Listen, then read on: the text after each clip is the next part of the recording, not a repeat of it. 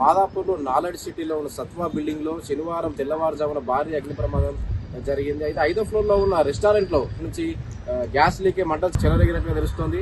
శనివారం తెల్లవారుజామున ఈ అగ్ని ప్రమాదం జరిగింది. అగ్ని ప్రమాదం జరగగానే వెంటనే ఫైర్ సిబ్బంది ఇక్కడ చేరుకున్నారు. చాలాసేపటి పాటు శ్రమించి మంటలు ఆర్పివేస్తారు. మనం బిల్డింగ్ చూస్తున్నాం, సత్వా బిల్డింగ్. ఇప్పుడు ప్రస్తుతానికి ఈ బిల్డింగ్ చూస్తున్నాం. బిల్డింగ్ దగ్గర ఉన్నాం మనం. బిల్డింగ్ ఫస్ట్ ఫ్లోర్ లో జిమ్ ఉంది. ఫస్ట్ ఫ్లోర్ లో జిమ్ ఉంది. బిల్డింగ్ ఫస్ట్ ఫ్లోర్ లో గ్రౌండ్ ఫ్లోర్ లో పబ్ ఉంది. ఫస్ట్ ఫ్లోర్ లో జిమ్. ఫస్ట్ ఫ్లోర్ తర్వాత నుంచి 2, 3, 4, 6 అంతస్తుల బిల్డింగ్ ఇది. 5వ ఫ్లోర్ వరకు రెస్టారెంట్ ఉంది, బార్ అండ్ రెస్టారెంట్. 5వ ఫ్లోర్ లో ఉన్నటువంటి హాల్ లోనే అగ్ని ప్రమాదం జరిగింది. మొత్తం అగ్ని ప్రమాదం దాటికి బిల్డింగ్ అంతా పూర్తిగా దాదాపు 5వ ఫ్లోర్ నుంచి 4, 3, 2 మొత్తం కింది ఫ్లోర్ వరకు మంటలు వ్యాపించాయి. మొత్తం డ్యామేజ్ అయినట్టుగా తెలుస్తుంది. భారీగా నష్టం వాటినట్టుగా తెలుస్తుంది మనకు. బిల్డింగ్ మొత్తం చూస్తుంటే మంటలు ఆర్పివేశారు. మనకు ఫైర్ సిబ్బంది వచ్చారు. ఫైర్ స్టేషన్ సిబ్బంది వచ్చి మంటలు పూర్తిగా ఆర్పివేసిన తర్వాత బిల్డింగ్ పరిస్థితి ప్రస్తుతానికి ఇలా ఉంది. బిల్డింగ్ పరిస్థితి అయితే సత్వా ఎక్సలెంట్ బిల్డింగ్ పరిస్థితి. 5వ ఫ్లోర్ లోని రెస్టారెంట్ నుంచి తెల్లవారుజామున 4 గంటలకు మంటలు చెలగినట్టుగా తెలుస్తుంది.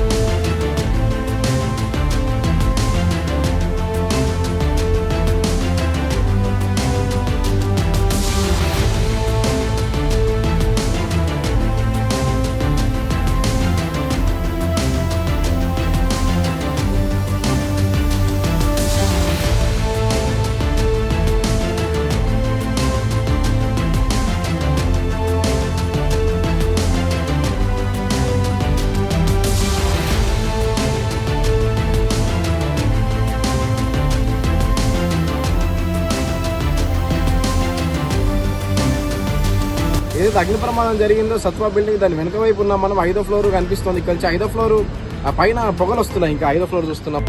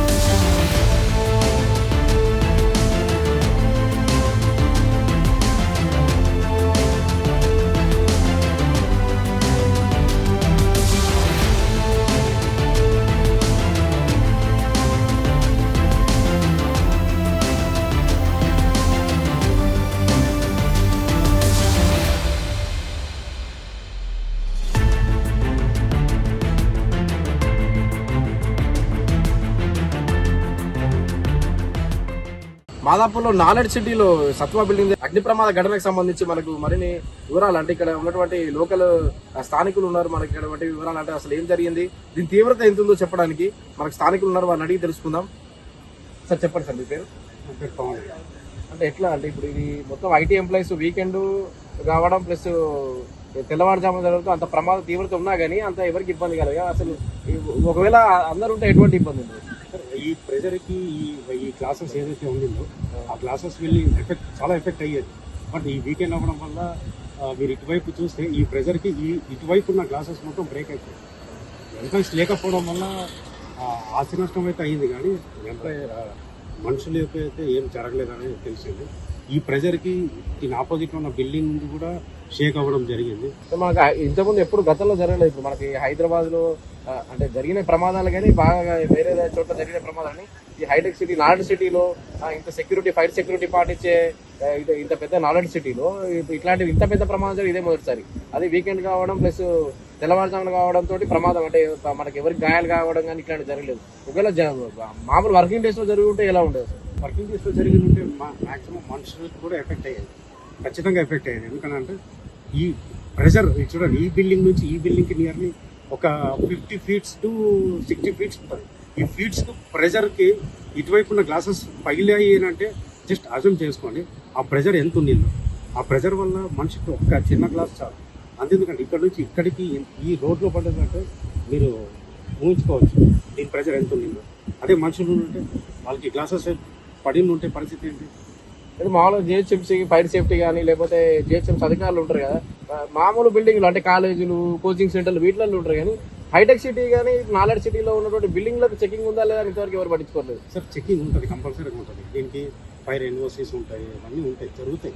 బట్ ఏంటంటే మేబీ ప్రమాదం ఎప్పుడు జరిగింది ఏంటి అన్నది ఎవరికి తెలియదు కదా. జరిగింది, ఓకే, నెక్స్ట్ టైం ఇలాంటివి జరగకపోతే మంచిది. దట్టు ఎంప్లాయీస్కి జరగద్దు అన్నది నా ఇంటెన్షన్. జరిగింది అనుకోండి, వాళ్ళు ఫర్దర్గా ఎంత బాధపడతారు ఏంటి ఏమన్నది మనకు తెలుస్తుంది. కాబట్టి ఎవరికి లేరు, దట్టు ఫ్యూచర్లో కూడా జరగకూడదు అనేది కోరుకోవాలి. ఇది మనకు తెలుస్తుంది. ఇప్పుడు స్థానికులను బట్టి అయితే ప్రమాద తీవ్రత ఎక్కువగానే ఉన్నట్టు తెలుస్తుంది. ఆ పక్కన బిల్డింగ్ చూస్తే ఇక్కడ జరిగిన ప్రమాదానికి సంబంధించి అక్కడ అద్దాలు అన్ని పగిలిపోయి అంటే ఆ బ్లాస్టింగ్ ఎంత తీవ్రంగా ఉందో తెలుసుకోవచ్చు. మనకి వీకెండ్ కావడం తెల్లవారుజామున జరగడంతో ఎవరు ఎంప్లాయీస్ లేరు. అంటే పక్క బిల్డింగ్ ఇది హోటల్ రెస్టారెంట్ అయినప్పటికీ కూడా పక్క బిల్డింగ్ లో ఐటీ బిల్డింగ్ అది, ఐటీ ఎంప్లాయీస్ పనిచేస్తున్న వర్కింగ్ బిల్డింగ్ అది. ఒకవేళ వాళ్ళు నైట్ షిఫ్ట్ ముగించుకుని ఒకవేళ వర్కింగ్ డే అయితే కనుక నైట్ షిఫ్ట్ ముగించుకుని వస్తుంటే ఆ పగిలిన అద్దాలు కానీ అవి కానీ వాళ్ళ దగ్గర వాళ్ళ మీద పడడం కానీ పుచ్చుకోవడం కానీ జరిగి పెద్ద నష్టం జరిగేది. అంటే ఐటీ ఎంప్లాయీస్ కి గాయాలు కావడం ఇలాంటివన్నీ జరిగే పరిస్థితి ఉండేది.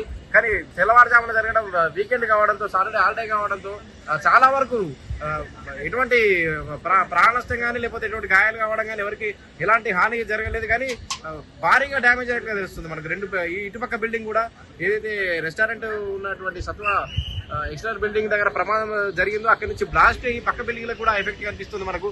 చూస్తున్నాం ఇప్పుడు భారీగా పక్క బిల్డింగ్ లో అద్దాలన్నీ వరుసగా పైనుంచి కింది వరకు ఈ భారీ బిల్డింగ్ అద్దాలన్నీ కూడా మొత్తం బయలుపోయాయి. జనాలు ఉంటాయి కనుక భారీగా వాళ్ళకి గాయాలయ్యే పరిస్థితి ఉండేది. కానీ ఎవరు లేకపోవడం మూలంగా పెద్ద ముప్పు తప్పిందని భావించవచ్చు మనం.